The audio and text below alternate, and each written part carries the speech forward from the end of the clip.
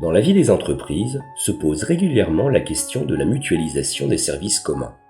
L'approche classique vise à contractualiser plus ou moins formellement les missions, voire le coût de ces centres de services partagés.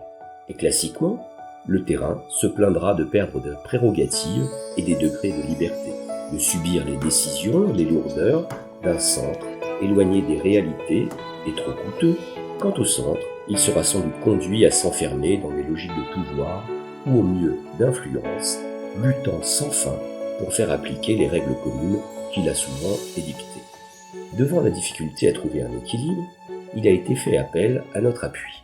Quelles ont été la nature et la plus-value de notre intervention?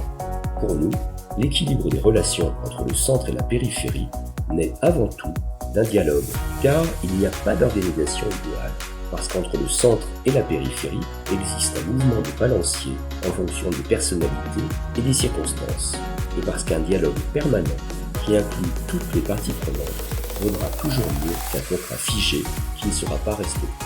Et puis parce que, qu'on le veuille ou non, les services mutualisés sont toujours perçus comme un tout, le siège, les bureaux, Paris, même si c'est à Lyon, Nantes ou Strasbourg.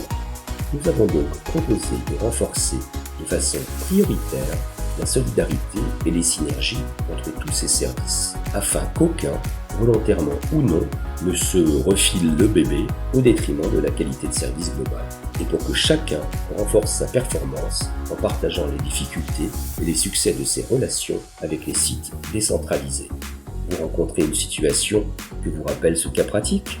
Pour en parler, voyons-nous.